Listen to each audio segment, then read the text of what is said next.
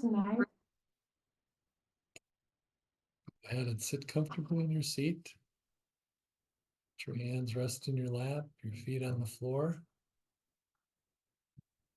Find a posture that you find relaxing, but that also allows you to remain alert. You don't want to fall asleep. We'll begin with 3 deep breaths in and out, and in and out, and in and out. And then go ahead and just breathe normally. Just let your breath come and go as it chooses. Turn your attention to your breath. You feel that breath entering your nostrils, going deep down into your lungs. Then you exhale. Your belly falls, your lungs empty of air. There's a pause for a moment and you breathe in again. Just following that breath in and out. Just before we started, we talked about what would be a good thing to do a meditation on. And several people said dealing with stress.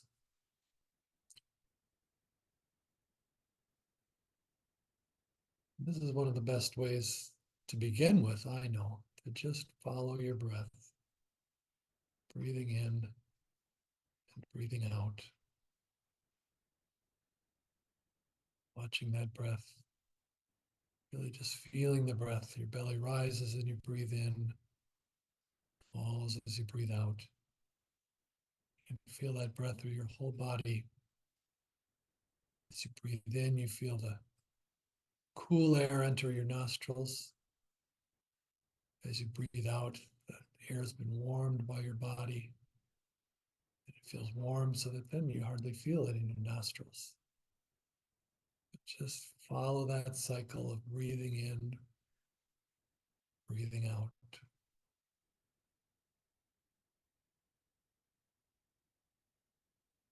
And we always say, especially at the beginning, that it's good to just let your breath come and go. We're not trying to do, there are different kinds of practices to give yourself energy or to try and get into deep breathing. I think the 2 best things you can do with your breath, and that are the most helpful with stress, in fact, too. One is to just pay attention to how loud your breath is. You can be breathing so that it sounds like there is wind blowing around you as you breathe in, as you breathe out. And that's not a helpful way to breathe. Or is to kind of have a breath that stutters, where you go.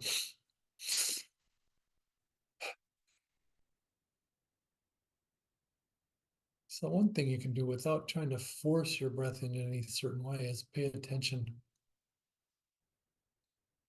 to whether it's just kind of smooth, whether it's quiet.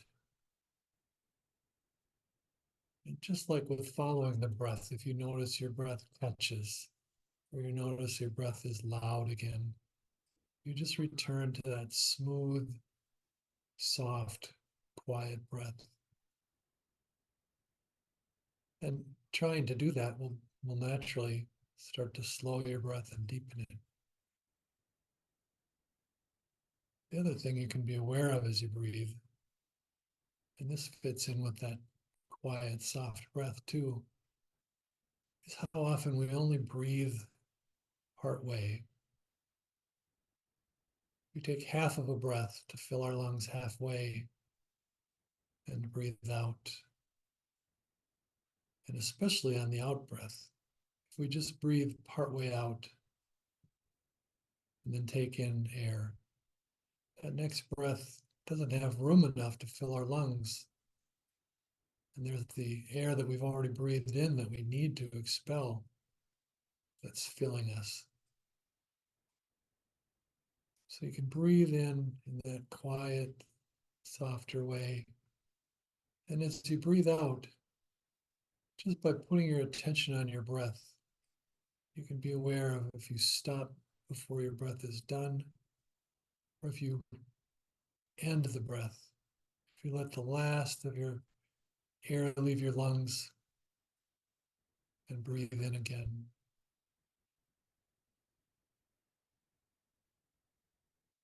It's that out breath that's important. Even people who have asthma can't catch their breath. The problem is not that they can't breathe in, it's that they can't breathe out to make room for the next breath. And I think there's so many things we do where we don't finish, we don't see them through. And beginning that with our breath starts to translate into other things in our lives. We begin with just that breath, breathing in as your belly rises, and a quiet breath out, seeing it all the way to the end. You don't have to. When we start this with those deep breaths, there it kind of goes without saying. That's how we take deep breaths, as we breathe in heavily and breathe out heavily, breathe out the last of that air. It's the same idea, but you can do it slowly. Take that air in deep and then expel that air deep into your lungs. The best way to do that is just to pay attention. When we're not paying attention to our breath, it may be that we're breathing shallow because we're angry or we're frightened. But when we are watching our breath, it seems to me the thing that happens is we just do a kind of half-hearted breath. We want to move on to the next thing. Instead, we can say we're going to complete that breath. Breathe out all the way and feel that rush of air. We've naturally created a vacuum that invites that next breath in, so we hardly even have to try. Can breathe without trying. We feel that air fill our lungs. And then we see this thing through to the end of the next breath. Breathing out all the way. Breathing in all the way. I say there's so many other things that we do this with. We don't complete things. I think so much comes from rushing. The breath, we want to move on to the next breath. And maybe because we feel good about following our breath, and we think, I want to keep this going. And if I go right into the next breath more quickly, I can do it before I lose my attention. If you're giving your attention fully to it, I think it's natural to just let that breath empty out and breathe in. Complete that next breath without hurrying on to the one after that. Breathing out, breathing in.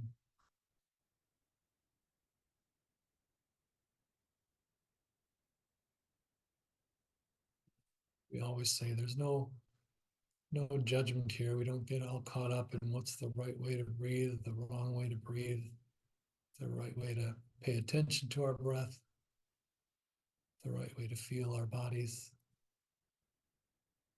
We do it the best way we can, and any way is fine at this point.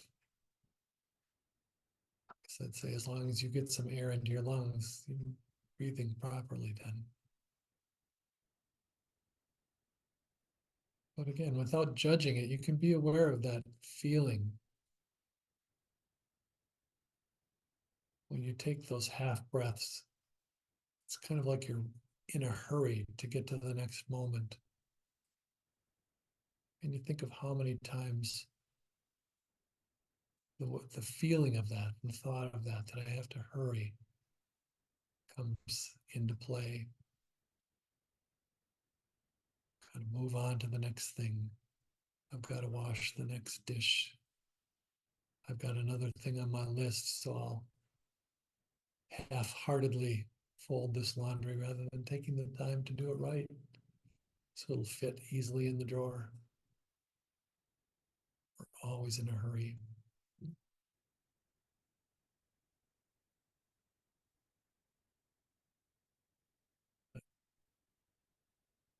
Way of pausing that we learn in this practice can also help us to slow down, to give up that hurrying.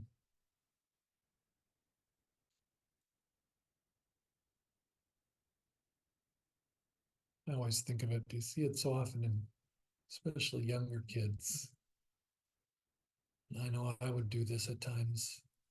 We'd walk out the front door, my son would walk down the steps, and there by the side of the sidewalk was a fascinating looking rock that he wanted to pick up and look at. Depending on my state of mind, sometimes I'd look at it with him, but more often than not, I'd say, come on, we've got to get you to school. We've got to get here or there. And kids can help us to learn that maybe the most important thing in this moment is to look at that cool stone, to watch that sunset, to wash the dish properly, as we have it in the saying that we like to use, stop to smell the roses, which also ties into the breath. Oh, you have to breathe to smell, to take in all the smells. They're around us all the time.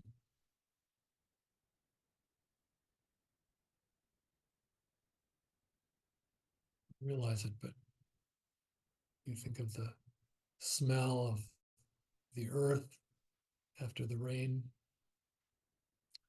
I used to think that was the smell of worms because they'd all come up to the surface. Or the smell of fall, those leaves covering the grass, things starting to decay. Summer, well, you think of the warm sun, maybe the ice cream stand that you're standing next to.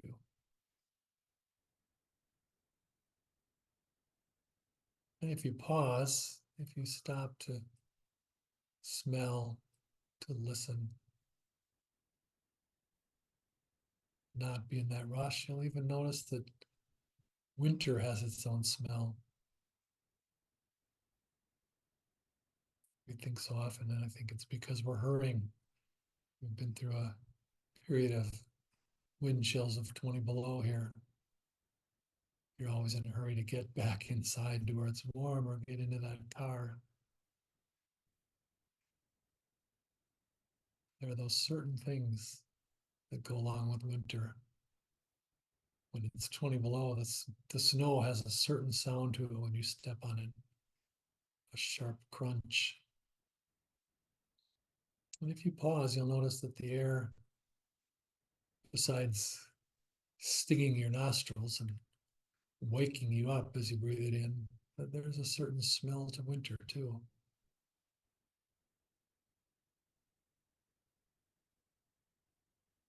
And though sometimes when we're hurrying, it seems like we never have enough time, when I can pause to let that moment open up,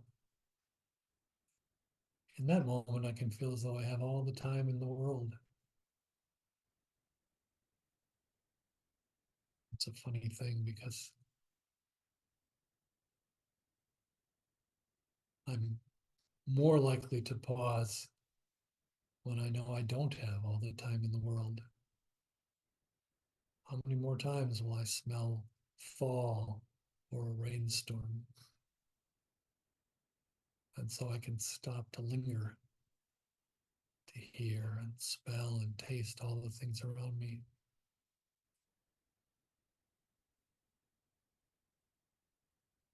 So when you have a moment where things grow a little still during the day, turn to watch your breath and notice if you're hurrying it along, or if perhaps pausing to let that air out brings you into what's ever happening right now. We wanted to talk about how to deal with stress. So often stress is something that has happened or is going to happen.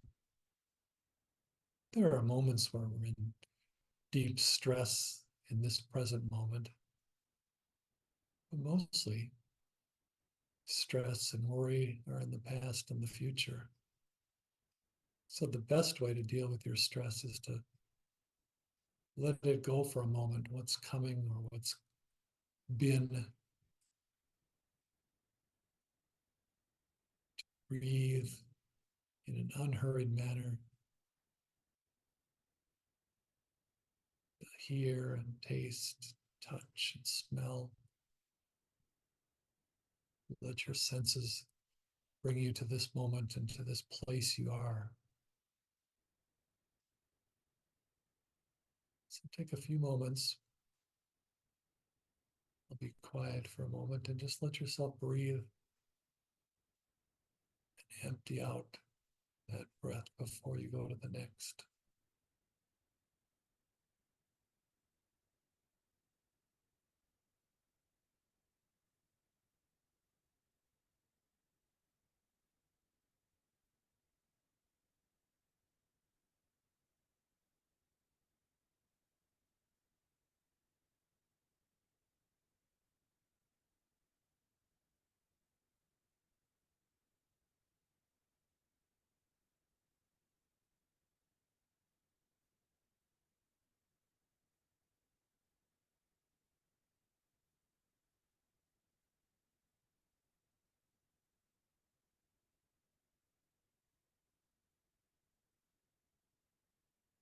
And then as you end this period,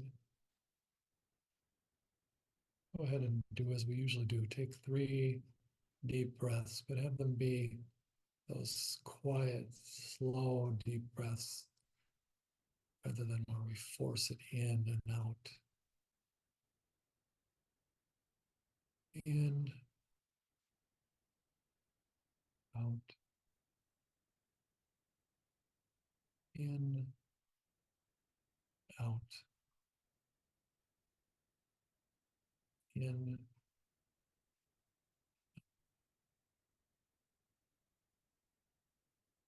There's no rush. Whenever you're ready, open your eyes.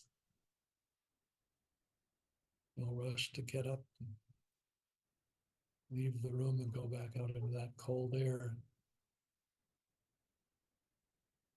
But before you rush, it's almost up to 10 degrees here. You don't have to hurry to your car as fast. Take one moment to take a deep breath. See if you can say, this is the smell of winter.